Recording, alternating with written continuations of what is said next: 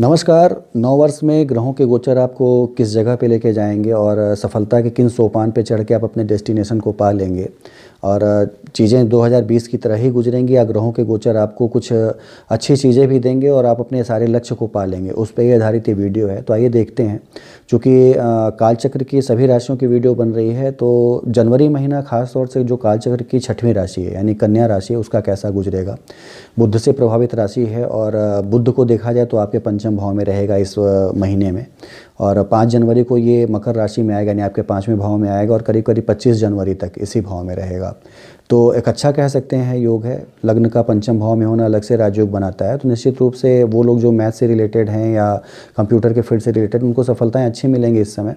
तो एक अच्छा फल आपके लिए लेके आ रहा है। और बुध वाले जो होते हैं, कन्या राशि वाले होते हैं जो, वो निश्चित रूप से दिमाग के काफ़ी फर्टाइल होते हैं कह सकते हैं आप, यानी उनका मैथमेटिक्स बहुत ही तेज़ होता है और किसी चीज़ का लाभ और हानि देखने और सोचने और कैलकुलेशन करने के बाद ही उसमें वो एक तरह से इन्वॉल्व होते हैं, आगे बढ़ते हैं, पीछे पड़ते हैं उसके।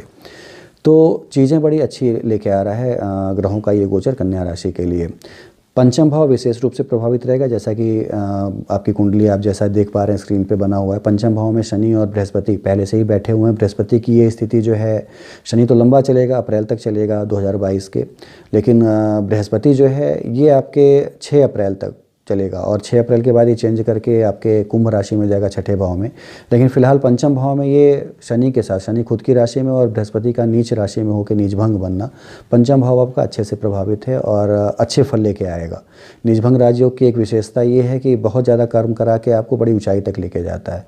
तो बताने के पीछे उद्देश्य ये है कि आप अपने कर्म में कहीं से कमी मत लाइएगा, भाग्य आपके साथ है। चूँकि बृहस्पति की आप 5वीं दृष्टि देखेंगे आपके भाग्य भाव पे भी है, जहाँ राहु खुद के घर का है, यानी कह सकते हैं कि अपने खुद के घर में। तो ये एक अलग तरह का एक अच्छा परिणाम है, सकारात्मक परिणाम आपको दे सकता है। लेकिन चूंकि नीचभंग राजयोग है तो अपने कर्म में कहीं से कोई कमी ना लाएं, कर्म पूरा अपना करें, भाग्य के भरोसे बस ना बैठे रहें। कर्म आपके यदि आपके 60% हो तो 40% आपका भाग्य आपको सपोर्ट कर रहा है इस महीने में, चीज़ें बड़ी शानदार आपको देखे जाएगा। सूर्य जो है वो मकर राशि में आ जाएगा, फिलहाल अभी आपके धनु राशि में चल रहा है, लेकिन मकर संक्रांति के साथ ही ये 14 जनवरी के आसपास ये आपके पंचम भाव में आएगा। तो यहाँ चतुर्ग्रही योग बनेगा पंचम भाव में, और पंचम भाव का चतुर्ग्रही योग खासतौर से स्टूडेंट्स के लिए, संतान के लिए काफ़ी एक अच्छा माना जाता है। और भी आपके नैसर्गिक कुंडली में किस तरह का पंचम भाव है उस पर देख के भी आप एक उसका फलादेश निकाल सकते हैं, लेकिन फिलहाल गोचर में एक अच्छा माना जाता है, अच्छी चीज़ें आपके लिए देगा। शुक्र जो है वो 5 जनवरी से लेकर 28 जनवरी तक धनु राशि में ही रहेगा आपके चतुर्थ भाव में, और चतुर्थ भाव का शुक्र जो होता है वो भोग विलास में बढ़ोतरी, घर खरीदना, वाहन खरीदना, कपड़े खरीदना, इन सब चीज़ों में बड़े ही अच्छे फल देता है। तो फल आपको शुक्र भी यहाँ पे देगा। साथ ही राहु और केतु जैसा कि काफ़ी लंबे समय तक रहने वाले हैं। राहु आपके 9वें भाव में स्वगृही और केतु आपके 3य भाव में स्वगृही यानी पराक्रम भाव में स्वगृही है। मंगल का एक योग है जो कि आपके अष्टम भाव में है और मेष राशि मूल त्रिकोण राशि का है। बहुत तो नहीं, लेकिन फिर भी आपको प्रभावित जरूर करेगा, चोट चपेट और इन सब सारी चीज़ों से। तो एक आउटलाइन थी। आइए अब एक अलग अलग यदि हम समझने का प्रयास करें और शुरुआत करते हैं यदि हम वेल्थ और प्रोफेशन से, आपके वेल्थ और बिजनेस से आपके यदि हम ले लें तो वेल्थ के लिए आपका दूसरा और 11वां भाव और साथ ही बिजनेस के लिए आपका 7वां भाव, ये एक प्रबल योग लेके आना चाहिए। तो वो महीना या कह लें वो गोचर जो होता है आपको शानदार फल देता है। तो आपके यदि देखा जाए धन के लिए, यानी धन की स्थिति कैसी है, तो शुक्र आपका चतुर्थ भाव में बैठा है जो कि 2nd हाउस का लॉर्ड है, और साथ ही चंद्रमा जो है वो चूँकि अपने अपने 2-2 दिनों पे चेंज होता रहता है, तो कुछ दिनों में, यानी कुछ दिनों में चंद्रमा जब भी आपके अष्टम में रहेगा या 12वें भाव में रहेगा या 3य भाव में रहेगा तो मानसिक रूप से थोड़ा आपको परेशान जरूर करेगा। लेकिन ओवरऑल यदि देखा जाए तो चंद्रमा चूँकि लाभ भाव का लॉर्ड है, तो निश्चित रूप से जब भी मंगल के साथ जुड़ेगा, बृहस्पति के साथ जुड़ेगा, बुध के साथ जुड़ेगा, निश्चित रूप से धनदायक भी होगा। तो ओवरऑल यदि एक तुलना की जाए तो ये महीना आपके लिए धनदायक है कह सकते हैं। धन की अच्छी संभावनाएं हैं, असीमित संभावनाएं हैं। काम आप कैसा करते हैं, कर्म आप कैसा करते हैं, उस पर ज़्यादा निर्भर करेगा। तो यदि आप कर्म कमाने का करते हैं तो उसमें आपको लाभ मिलना है, हानि उसमें नहीं होनी है। ये महीना ये बता रहा है आपके लिए धन के लिए। साथ ही यदि हम करें बिजनेस के लिए, यानी 7वें भाव को देखें तो बृहस्पति है उसका लॉर्ड और वो पंचम भाव में बैठा हुआ है और नीचभंग बना के बैठा है। तो मैंने पहले ही बताया कि नीचभंग राशि की एक विशेषता है कि कर्म में यानी आपने तेज़ी लगाई और कर्म यानी आपने करने का पूरा प्रयास किया तो निश्चित रूप से सफलता मिलनी तय है और 100% सफलता मिलती है। कहीं से कुछ भी ऐसी चीज़ें रोक नहीं पाती हैं उसको। तो फल पूरा मिले उसके लिए आपको प्रयास करना है। आपके बिजनेस में भी बढ़ोतरी होगी कह सकते हैं, चीज़ें आपको अच्छी मिलती जाएंगी। शनि की दृष्टि भी आप देखेंगे तीसरी तो आपके 7th हाउस पे है। तो कर्म करा के फल देना, यानी और फल जो है वो धीमे धीमे देना, अचानक से ना देना, ये शनि की आदत है। तो फल आपको बड़े अच्छे मिलेंगे। यहाँ आपको कर्म करना है, घिसना है अपने आप को कह सकते हैं, या अपने आप को उसमें लगा देना है एकदम। जो भी पाना चाहेंगे मिलेगा ज़रूर जनवरी के महीने में, ये पक्का है आपका। तो बिजनेस और वेल्थ ये दोनों के लिए महीना बेहतरीन है। आप अपने पूरे प्रयास करिए, सफलता मिलनी एक तरह से तय है। जॉब और प्रोफेशन को ले लें तो जॉब और प्रोफेशन के लिए आप कह सकते हैं आपका 10th भाव मजबूत होना चाहिए, 5th भाव आपका बड़ा ही शानदार होना चाहिए। तो 10th भाव का लॉर्ड 5th में बैठा है बुध जो है, और साथ ही 5th भाव में देख सकते हैं कि आपके 4 ग्रह यहाँ पे चतुर्ग्रही योग बने हुए हैं। तो ये फल बेहतरीन मिलने वाले हैं आपको, उच्च अधिकारियों से सहयोग मिलना। हालांकि सूर्य जो है वो 15 तारीख के बाद आ जाएगा मकर राशि में, तो थोड़े शासन और सत्ता से जुड़े हुए लोगों को थोड़ा नुकसान दे सकता है, या कह सकते हैं कि वो चीज़ें ना दे जो कि वो पाना चाहते हैं। लेकिन फिर भी उनके पद में बढ़ोतरी होना और लोगों के सहयोग से काम अपना निकाल लेना, ये सारी चीज़ें मिलेगी। खासतौर से वो लोग जो नौकरी पेशा हैं, तो नौकरी पेशा लोगों को प्रयास अपने पूरे करने चाहिए कि यदि उन्होंने शुरुआत नहीं की थी तो शुरुआत करें। अब इस शुरुआत करने से उनके एक परिणामों में देखेंगे आप पॉजिटिवनेस आती जाएगी, एक धनात्मक वृद्धि आप देख सकते हैं यहाँ पे मिलने वाली है। तो जॉब और प्रोफेशन के लिए भी समय बड़ा अच्छा है, क्योंकि 5th भाव आपका बड़ा ही अच्छा एक बना हुआ है। 10th का लॉर्ड 5th में होने से भी एक अलग से राजयोग बनता है। तो ये चीज़ें जो हैं दिखा रही कि आने वाला समय जो है आपका वो बेहतरीन होने वाला है। प्रयास आपको अपने पूरे करने हैं, भाग्य के भरोसे नहीं बैठना है।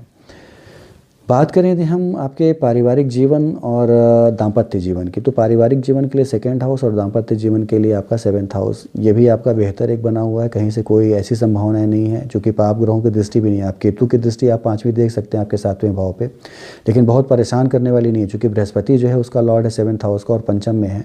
तो पारिवारिक जीवन और आपका दाम्पत्य जीवन वो दोनों ही एक बेहतरीन गुजरने वाला है। और शुक्र जो है वो कह सकते हैं परिवार के पूरे परिवार को लेकर चलता है शुक्र आपका।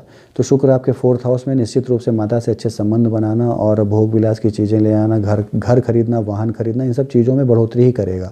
तो पारिवारिक जीवन और दाम्पत्य जीवन इसमें आपके कहीं कोई कमी नहीं आने वाली है, चीज़ें बड़ी अच्छी चलने वाली हैं। एक हारमोनी बनी रहेगी, एक मेल मिलाप और एक कंपेटेबिलिटी बनी रहेगी आपके लिए।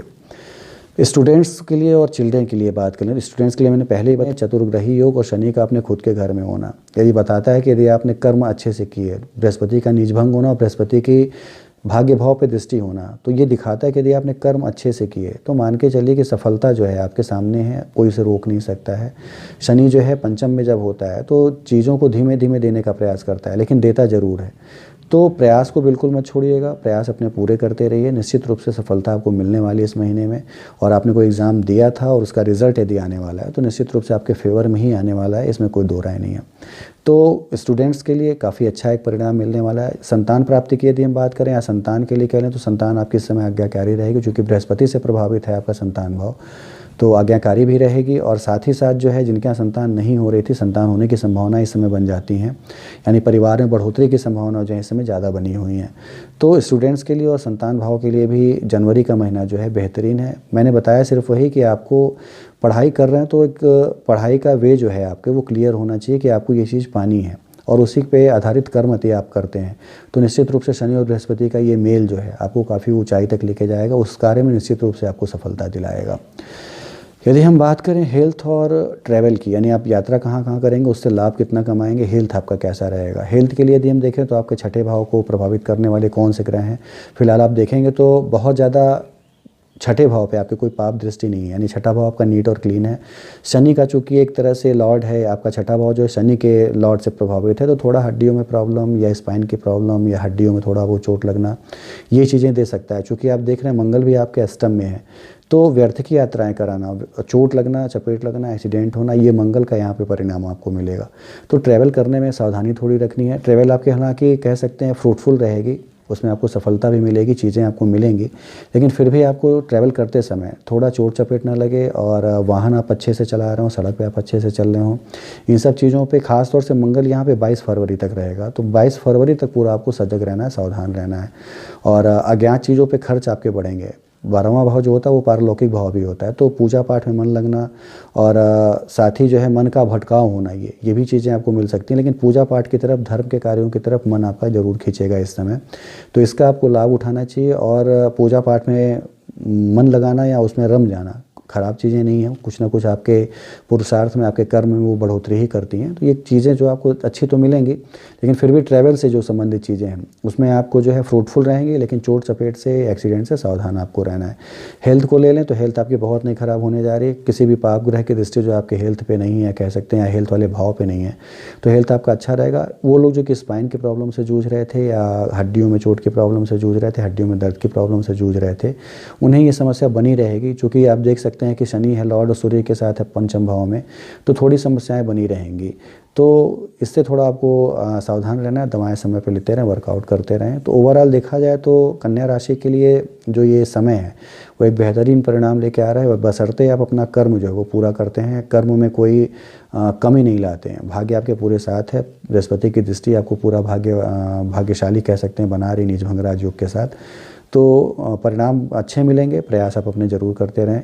आराधना करनी है तो निश्चित रूप से मंगलवार को हनुमान जी की आराधना करें। मंगल चूँकि आपका अष्टम भाव का है और बहुत ज़्यादा कह सकते हैं कि आपको प्रभावित भी करेगा आपके चोट चपेट और वाहन से टकराने को लेके, तो हनुमान की आराधना करें। हनुमान जी की आराधना इसके पाप प्रभाव में, यानी आपके अष्टम भाव के पाप प्रभाव में निश्चित रूप से कमी भी लाएगी और साथ ही आपको आगे भी ले जाएगी, आपको आरोग्यपूर्ण रखेगी आने वाले समय में। तो इतनी चीज़ करें। बाकी नववर्ष की शुभकामनाएं हैं कि आपका जो आने वाला पूरा साल है वो काफ़ी अच्छा गुजरे और ये जो परेशानियां चल रही हैं उन समस्याओं से आपको निजात मिले। धन्यवाद।